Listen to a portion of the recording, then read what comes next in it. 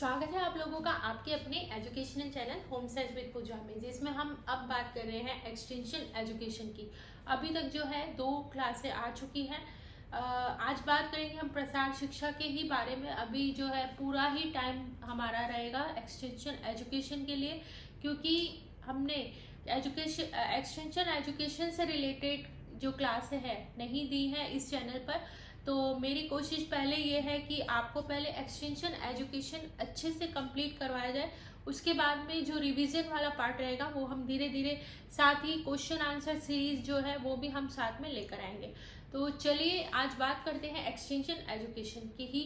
तो हमने काफ़ी सारी चीज़ें पिछली क्लास में जान ली थी कि एक्सटेंशन एजुकेशन होता क्या है, किस तरह से वो उसको ग्रामीणों की शिक्षा कहा गया है, उसमें क्या क्या चीज़ें ध्यान में रखी जाती है, क्या एक्सटेंशन एजुकेशन अनौपचारिक है या औपचारिक है, ये सब चीज़ें हमने पहले वाली क्लासों में डिस्कस कर चुके हैं इनके बारे में। तो अगर आपने वो क्लासें नहीं देखी हैं तो पहले उन्हें देखिए, उसके बाद में यहाँ पर आइए, क्योंकि क्लासें अब जो है एक दूसरे से कनेक्टेड है। जो प्रसार शिक्षा की पहली क्लास थी वो भले ही अपनी अलग क्लास थी, लेकिन फिर भी अब जो क्लासें चल रही हैं वो आपकी क्या है, कनेक्टेड है, क्योंकि हम पूरा ही सीरीज वाइज चलते हैं। जैसे फर्स्ट जो इंट्रोडक्शन हो गया, उसके बाद धीरे धीरे सीरीज के अकॉर्डिंग चलते हैं। तो अगर आपको पहली वाली क्लास ही कॉन्सेप्ट उसके क्लियर नहीं होंगे तो आप फिर आगे पढ़ने से कोई फायदा नहीं है। तो फिर से ये बात हर बार मैं रिपीट करती हूँ और आप इस चीज़ का ध्यान रखिए।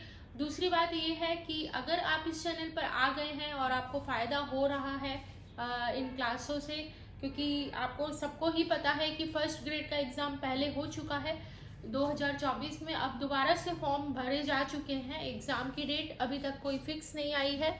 तो जो भी होम साइंस की प्रिपरेशन करने वाले हैं या 12th में है 11th में है, उनके लिए ये बेस्ट क्लासें हैं, फ्री ऑफ कॉस्ट हैं और शॉर्ट भी हैं। साथ ही जो इम्पोर्टेंट चीज़ें हैं जो हमारे एग्ज़ाम से रिलेटेड हैं उन पर हम फोकस करते हैं।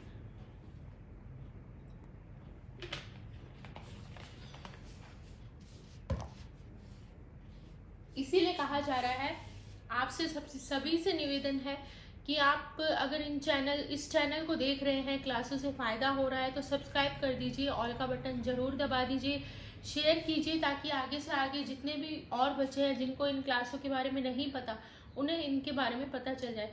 और कुछ लोगों में मानसिकता रहती है कि अगर हम अपनी पढ़ाई के बारे में किसी और को बता देंगे तो वो कहीं हमसे ज़्यादा अच्छा ना कर जाए। ऐसा कुछ भी नहीं है, जितना ज़्यादा ज्ञान को बांटते हैं उतना ही बढ़ता है। तो चलिए आज की क्लास को स्टार्ट करते हैं इसी अच्छी बात के साथ।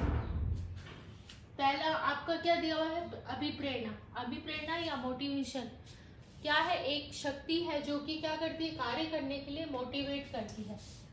अभिप्रेरणा एक शक्ति है जो कि कार्य को करने के लिए मोटिवेट करती है। फॉर एग्जाम्पल अभी आप क्लास देख रहे हो, इसलिए देख रहे हो, अगर आपके एग्ज़ाम नहीं होते या आपने फॉर्म नहीं फिल किया होता तो आप ये क्लासें नहीं देखते, आप में ये मोटिवेशन नहीं आता कि हमें पढ़ना है।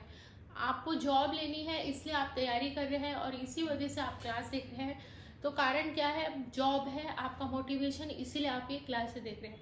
तो जो कोई भी कार्य अगर हम कर रहे हैं तो उसके पीछे मोटिवेशन ज़रूर होता है, बिना मोटिवेशन के कोई भी कार्य नहीं होता। अब बात कर लेते हैं अभिप्रेरणा या मोटिवेशन। ये एक दिन पहले मैं जो है क्लास बीच में रोक रही हूँ, 1 मिनट, थोड़ा सा क्लास जो है एक दिन पहले मैं शूट करती हूँ। तो दीपावली की सभी को बहुत बहुत शुभकामनाएं। आज जो है दीपावली की खूब शुभकामनाएं हो और ये दिवाली जो है आप लोगों के लिए शुभ मंगल लेकर आए, सुख शांति लेकर आए सभी के लिए। आप सभी को हैप्पी दीपावली। चलिए, ये क्या है, एक अभिप्रेरणा एक शक्ति है जो कि हमें कार्य करने को मोटिवेट करती है। अभिप्रेरणा, कोई भी ऐसा कार्य नहीं है, कोई भी हम ऐसा काम नहीं करते हैं जिसमें मोटिवेशन ना छुपा हो। अभिप्रेरणा को प्रभावित करने वाले जो तत्व हैं, जो एलिमेंट है, वो किसने दिए हैं? एटकिंस ने और हिलगार्ड ने दिया। इसको लर्न कैसे करना है, देखिए। अभिप्रेरणा हमारे अंदर से मोटिवेशन आता है, यानी हमारी आत्मा क्या होती है, हिल जाती है कि हमें पढ़ना ही है, अगर हम नहीं पढ़े तो क्या हो सकता है, तो यहाँ पर ये चीज़ तो हमें याद हो जाएगी, हिल गार्ड। मोटिवेशन को आपको हिल गार्ड से हिलने से ही रिलेट करना है, ताकि आपको याद हो जाए कि हमारी आत्मा जो है अंदर से हिल जाएगी जब हमें याद आएगा कि हमें जॉब लेनी है तो हम पढ़ेंगे। तो फिर हमें याद हो गया हिल गार्ड जो इन्होंने दिया है, जो मोटिवेशन है उसके तत्व, साथ ही एटकिंस जो है इन्होंने भी दिया है, एटकिंस इन्होंने भी, ठीक है। तो ये आपको लर्न करना है, इम्पॉर्टेंट है ये, इसीलिए मैंने इसे टिक से याद कराया है। हिलगार्ड और एटकिंस आपको याद करना पड़ेगा। ये जो प्रभावित करने वाले तत्व है मोटिवेशन को, एटकिंस और हिलगार्ड ने दिए हैं। और ये है कितने, 3 है ये भी इम्पॉर्टेंट है। ये ट्रिक से मैंने बताया है, 1 मिनट में आपको समझा देती हूँ। ये NDI क्या मतलब है इसका? N का मतलब होता है नीड, D का मतलब होता है ड्राइव। अभी मैं आपको एग्जांपल के साथ बताऊंगी। इंसेंटिव का मतलब होता है I का मतलब होता है इंसेंटिव। शो हो रहा है आपको, ठीक है। I का मतलब होता है इंसेंटिव। तो N का मतलब होता है नीड, यानी आवश्यकता। कोई भी चीज है, अगर हम उसको कर रहे हैं तो उसका रीजन है, उसके पीछे रीजन है, उसकी हमें आवश्यकता है, हमें जॉब की आवश्यकता है, इसलिए हम क्लास से देख रहे हैं। तो क्या आ गया, नीड। दूसरा है आपका ड्राइव। हमारा ड्राइव क्या है, हम क्या चाहते हैं, क्यों पढ़ रहे हैं, क्योंकि हमें जॉब चाहिए। तो यहाँ पर ड्राइव क्या हो गया, जॉब हो गया। तीसरा है इंसेंटिव।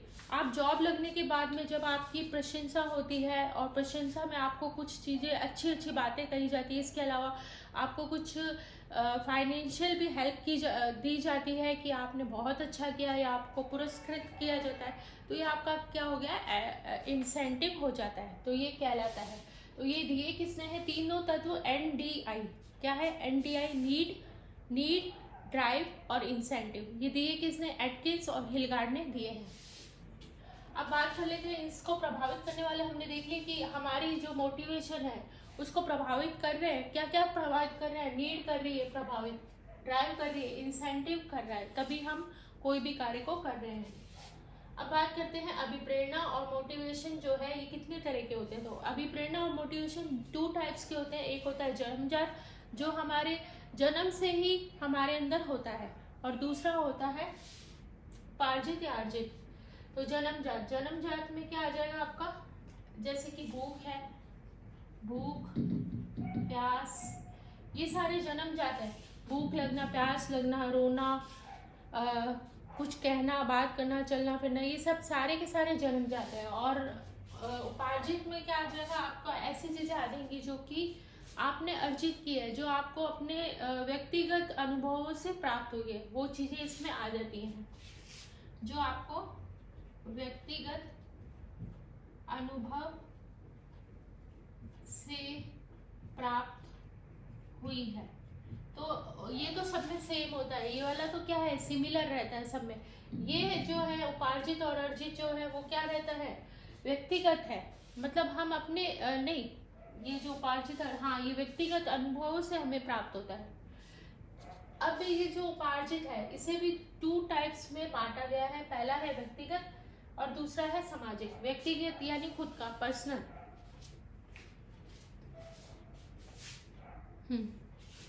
एक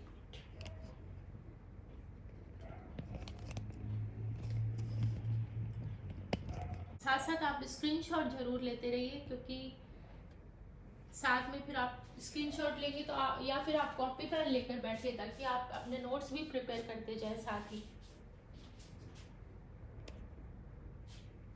अब आती है बात उपार्जित और ये उपार्जित जो है 2 भागों में बांटा गया है, व्यक्तिगत और सामाजिक। व्यक्तिगत यानी खुद का, जैसे कि हमारी रुचि है, हमारा दृष्टिकोण है, हम किसी भी बात के बारे में क्या सोचते हैं, हमारी इच्छा क्या है, हम क्या करना चाहते हैं, मनोवृत्ति, हम किस तरह की मनोवृत्ति रखते हैं, हमारी मनोवृत्ति पॉजिटिव है, नेगेटिव है, हम किसी भी बात को किस तरह से सोचते हैं। तो ये सारी चीज़ें ये हमारी खुद की है। तो ये इसी वजह से इसको हम पर्सनल बोलेंगे या व्यक्तिगत बोलेंगे।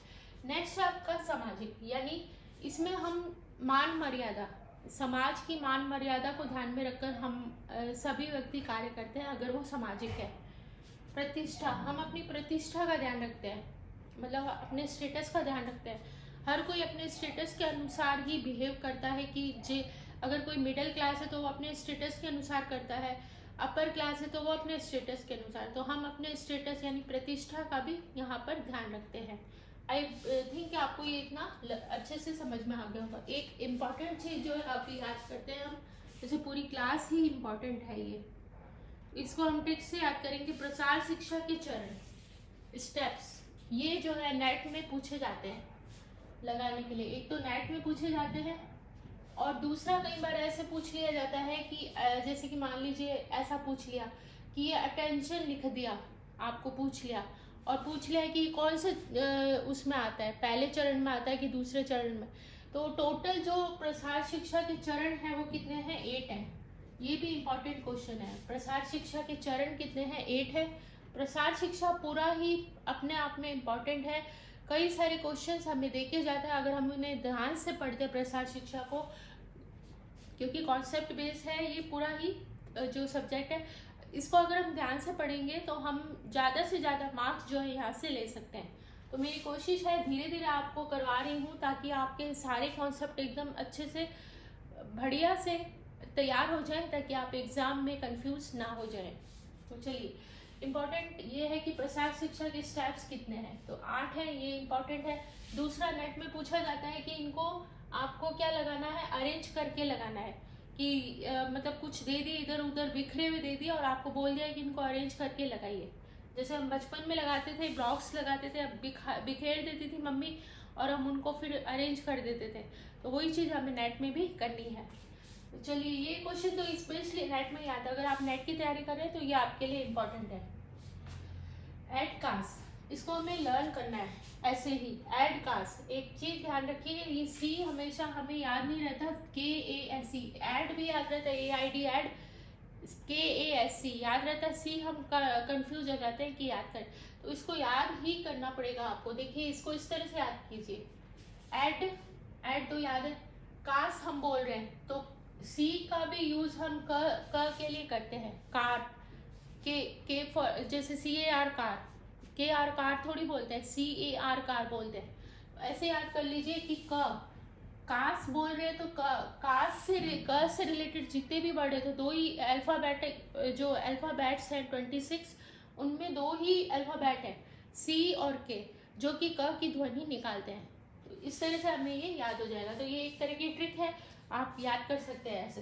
तो ये याद हो जाएगा आपको। Aid cast, AID aid, C, और एक और चीज अल्फाबेट। अब आप ये कहेंगे कि K पहले लिखें कि C पहले लिखें, तो इसका भी मेरे पास जवाब है। जब हम ABCD ऐसे लिखते हैं तो C पहले आता है, K बाद में आता है। ये ध्यान रखिएगा, आपको सबको पता ही होगा, ABCD आप सबने ही पढ़ी होगी। तो C पहले आएगा और K बाद में आएगा। तो आप याद रखिएगा, एड कास्ट, AID एड, और CKASE, ऐसे आपको याद करना है। अब चलिए इसको डिटेल में पढ़ते हैं। ये तो सिर्फ ऐसे लर्न करने के लिए बताया था मैंने। चलिए, अटेंशन, अटेंशन का मतलब ध्यान आकर्षित करना, ध्यान, ठीक है। तो प्रसार कार्यकर्ता ये चीज ध्यान रखता है कि पहले, सबसे पहले जो हम सिखा रहे हैं उसके लिए लोगों को ध्यान तो आकर्षित किया जाए। अगर उनका ध्यान ही नहीं है, वो इस चीज को चाहते ही नहीं है, तो कोई इसको सीखेगा ही क्यों? तो पहले वो मतलब पहले पूरा का पूरा सर्वेक्षण किया जाता है प्रसार कार्यकर्ता के द्वारा। जहाँ भी उसे अपना जो है प्रसार कार्य का काम करना है, तो वहाँ पर वो पहले पूरा सर्वेक्षण करता है, देखता है स्थानीय लोगों में क्या क्या चीज़ें जो है फेमस है, कौन कौन किस तरह की चीज़ें सीखना पसंद करता है, वहाँ पर क्या क्या चीज़ें अवेलेबल है जो कि लोगों को कौशल से रिलेट की जा सकती है। तो ये सारी चीज़ें पहले सर्वेक्षण की जाती है। उसके बाद में अटेंशन, इसी अनुसार जो उन्हें कौशल सिखाया जाता है ताकि ज़्यादा से ज़्यादा लोगों का उसके ऊपर ध्यान आकर्षित हो सके। नेक्स्ट है इंटरेस्ट, रुचि। बीच में चलती क्लास को ब्रेक करना पड़ा, आपको पता है मैं आईफोन से सारी क्लास से रिकॉर्ड कर रही हूँ आजकल, तो ये जल्दी गर्म होता है, तो इस वजह से हीट जब ज़्यादा हो जाती है तो इसको रोकना ही पड़ता है और कोई ऑप्शन मेरे लिए बचता ही नहीं है। चलिए, हम कहाँ थे? अटेंशन, अटेंशन यानी ध्यान आकर्षित करना, ठीक है। इंटरेस्ट, किसी भी चीज़ के लिए हम अगर रुचि बढ़ा रहे हैं तभी वो कार्य इजीली कर पाते हैं, और अगर कोई व्यक्ति उस चीज़ को सीखने में रुचि रखता है तो हमें सिखाने में भी मज़ा आता है। नेक्स्ट है डिज़ायर। अगर आपकी खुद की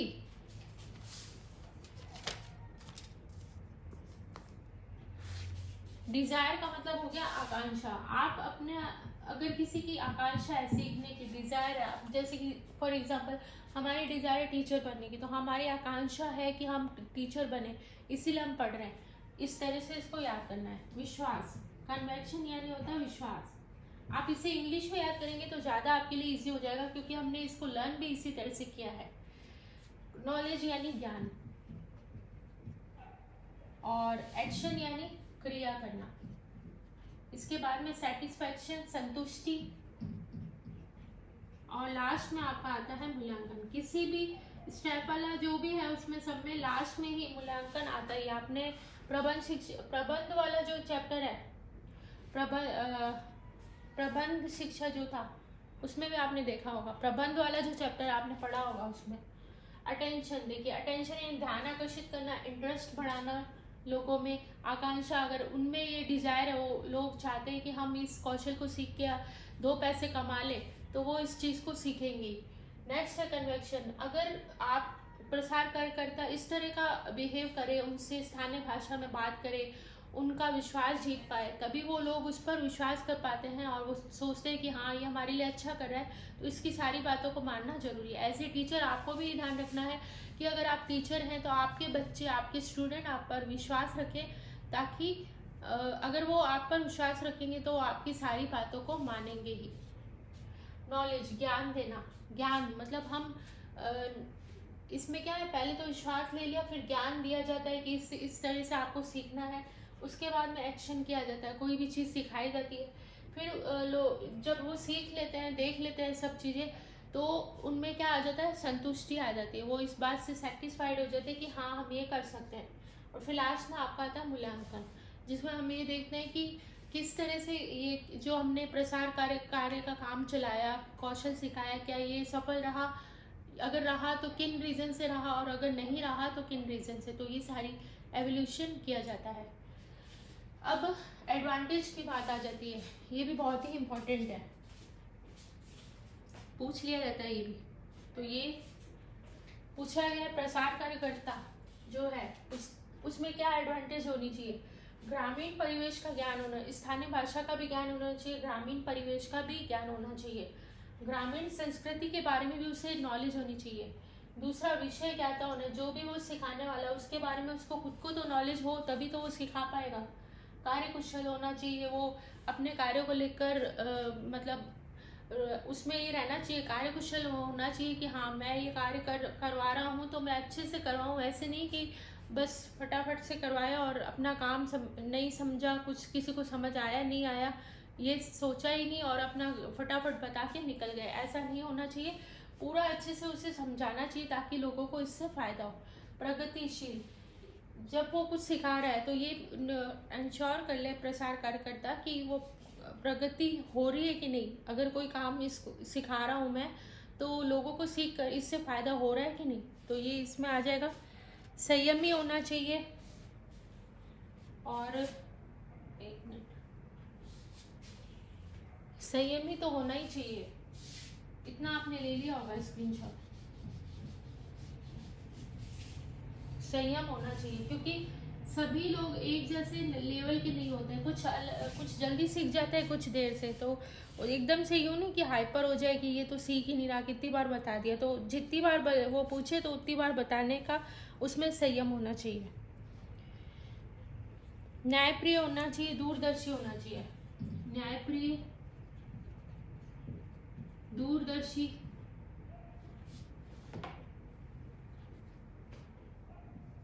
दूरदर्शी, ठीक है।